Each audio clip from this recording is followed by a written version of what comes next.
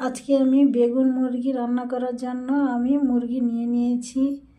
তো একে নুন হলুদ মাখিয়ে দেব। এবার এটা হেচারি মাংস, তার জন্য আমি লেবু দিব না, শুধু নুন আর হলুদ মাখিয়ে নেব।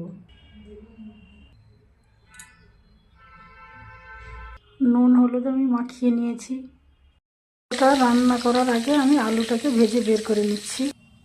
কড়াইতে শুকনো লঙ্কা তেজপাতা দিয়েছি, দুটো গোল এলাচ আমি ফাটিয়ে দিয়ে দিলাম। এটাও দিয়ে দিলাম। আদা আমি দিয়ে দিলাম, রসুন,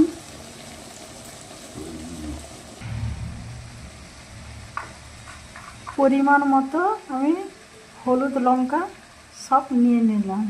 সব রকম গোটা মশলা আমি গুঁড়ো করে রেখেছিলাম, এই গরম মশলাটাও দিয়ে দিলাম। এবার মশলা তেল বেরিয়ে এসছে, আমি মাংসটা দিয়ে দিব।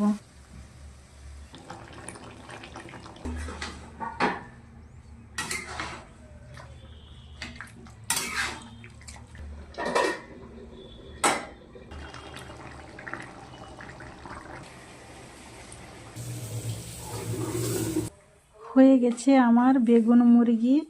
যাদের সুগার তারা এই রকম রান্না করে খেতে পারো।